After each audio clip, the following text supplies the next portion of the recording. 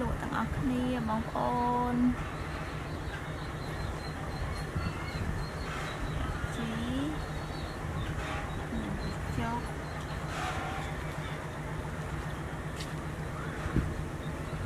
ចុកហើយយើងដាក់សាច់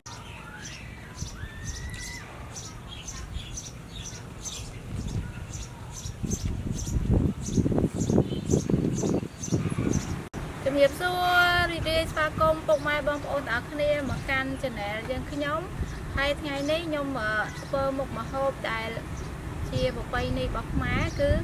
ញ៉ាំនំបញ្ចុកជាមួយនឹងសាច់ជ្រូក3ជាន់ហើយផ្ទាប់ជាមួយបន្លែថ្មីហើយសម្រាប់គ្រឿងផ្សំគឺមាននំបញ្ចុកហើយនេះនំបញ្ចុកតែចាប់ហើយថ្មីមានស្លឹកត្រចៀកជ្រូកអណ្ដាតជ្រូកមួយនឹងបន្លែមានសាឡាត់មានការ៉ុតមានត្រសក់ហើយនឹងជីគ្រប់មុខសម្រាប់គ្រឿងទេសដែលយើងធ្វើទឹកត្រីមានខ្ទឹមក្រហមមានក្រូចឆ្មាមានម្ទេសមានខ្ទឹមសមានសណ្តែកដីលីងមានទឹកត្រីមានម្សៅស៊ុបមានអំបិលសម្រាប់យើងស្ងោរជាមួយសាច់ហើយនឹងទឹកស្ករដែលនេះខ្ញុំដាំពុះរួចហើយទុកឲ្យត្រជាក់ដើម្បីធ្វើជាមួយទឹកត្រីយើងធ្វើទឹកត្រីផ្អែមតោះបងប្អូនចាំមើលវិធីធ្វើទាំងអស់គ្នាណាអំលាងសាច់ជ្រូកដើម្បីយើងធ្វើទៅស្ងោរ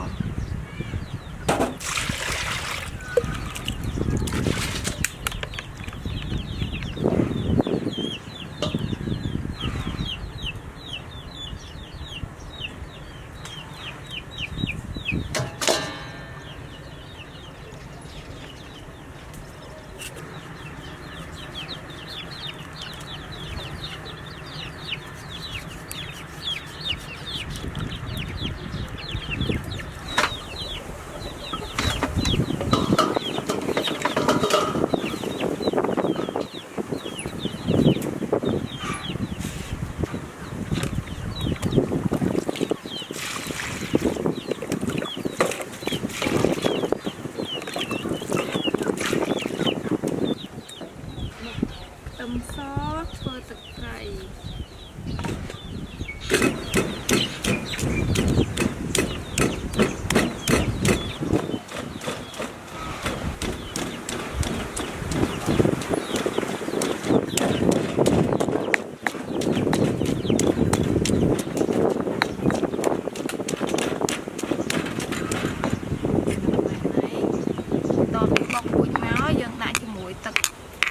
ស្ករត្នោតដែលយើងដាំពុះ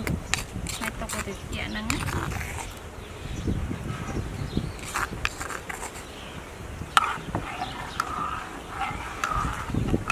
តោះមកយើងដាក់ទឹកត្រី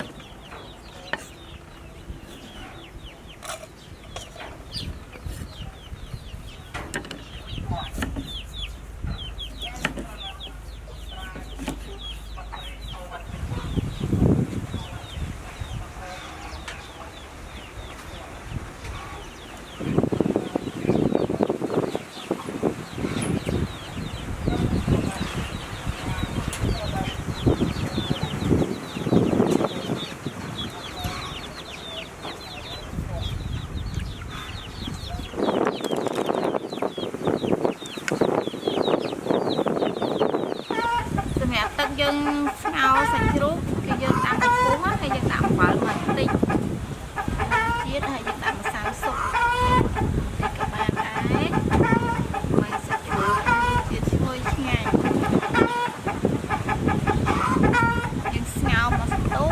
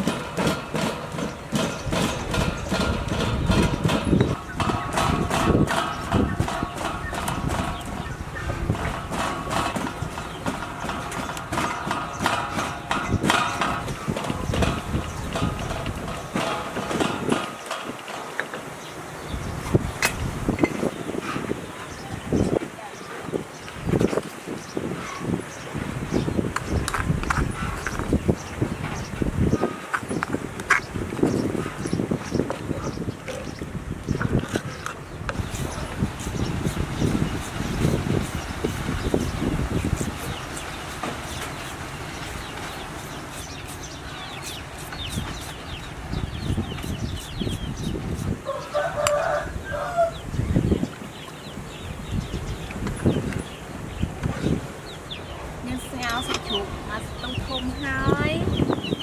អានល្មមយើងស្រង់ដាក់ចំហុយតែយើងចំហុយវារហ័សផុយហើយវាជាតិល្អ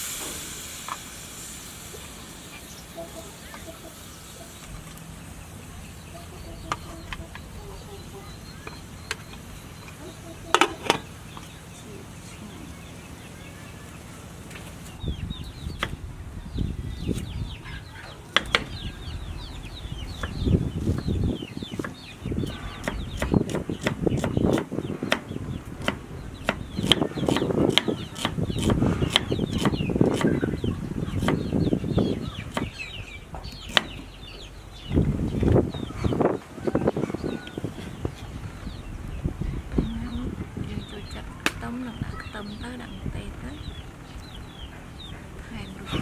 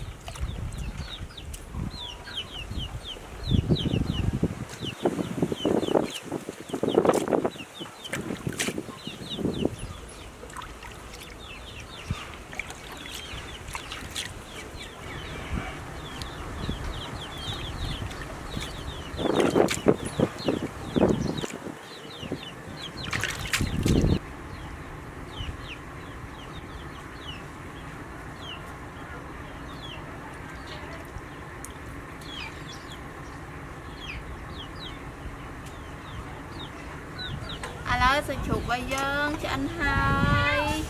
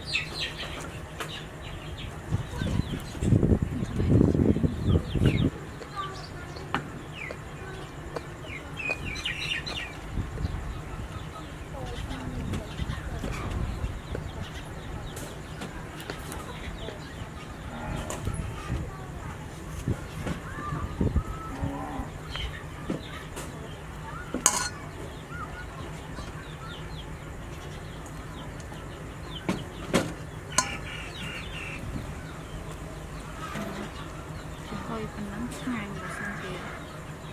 ទុកឲ្យផុយពេកតែឆ្ងាញ់តែយើងស្ងោរសាច់ផុយពេកទៅជាលាន់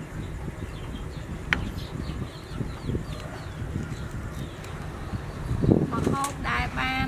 ធ្វើអំបញ្ញមិញហ្នឹងគឺឆ្អិនហើយបងប្អូនទាំងអស់គ្នាតើឥឡូវដល់ម៉ោងភ្លក់ហើយណាតែទាំងអស់គ្នាមកភ្លក់ជាមួយគ្នាថាតើរសជាតិហ្នឹងឆ្ងាញ់ដល់កម្រិតណាណាខ្ទឹមក្រហម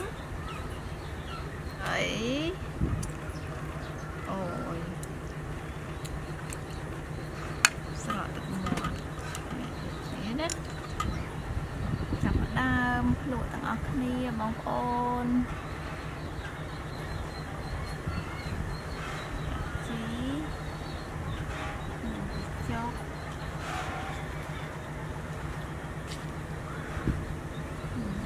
ហើយយើងដាក់សាច់បាត់កាទៅ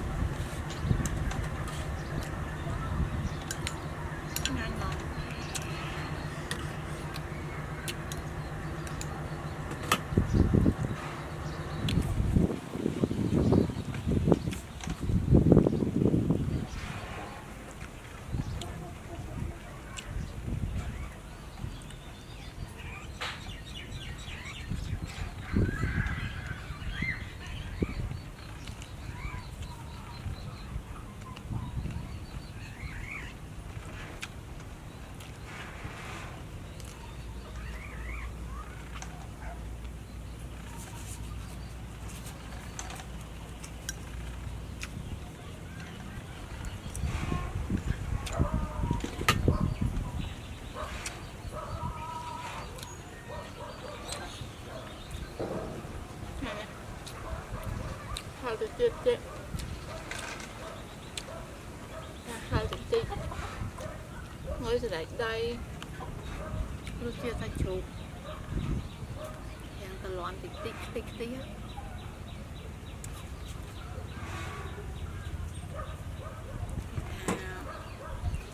តែស្មាត់គឺក្អឿមកណា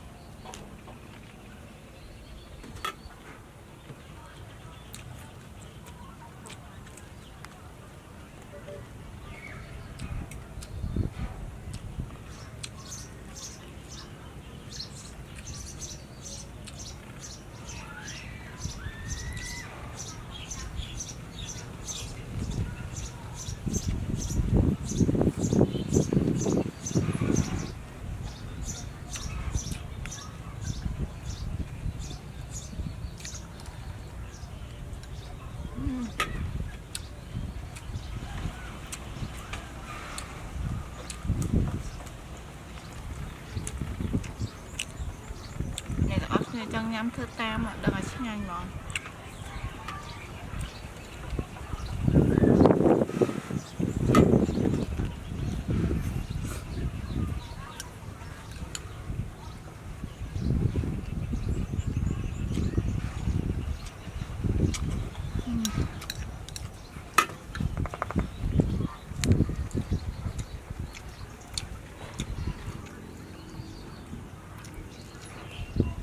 រសជាតិត្រីឆ្ងាញ់និយាយទៅឆ្ងាញ់ទាំងអស់ហ្មង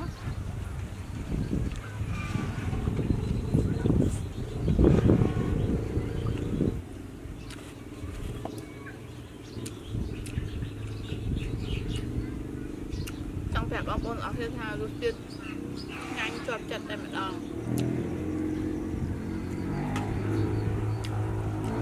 ហើយអរគុណច្រើនដល់បងប្អូនអរគុណដែលតាមដានទស្សនាណាអរគុណច្រើន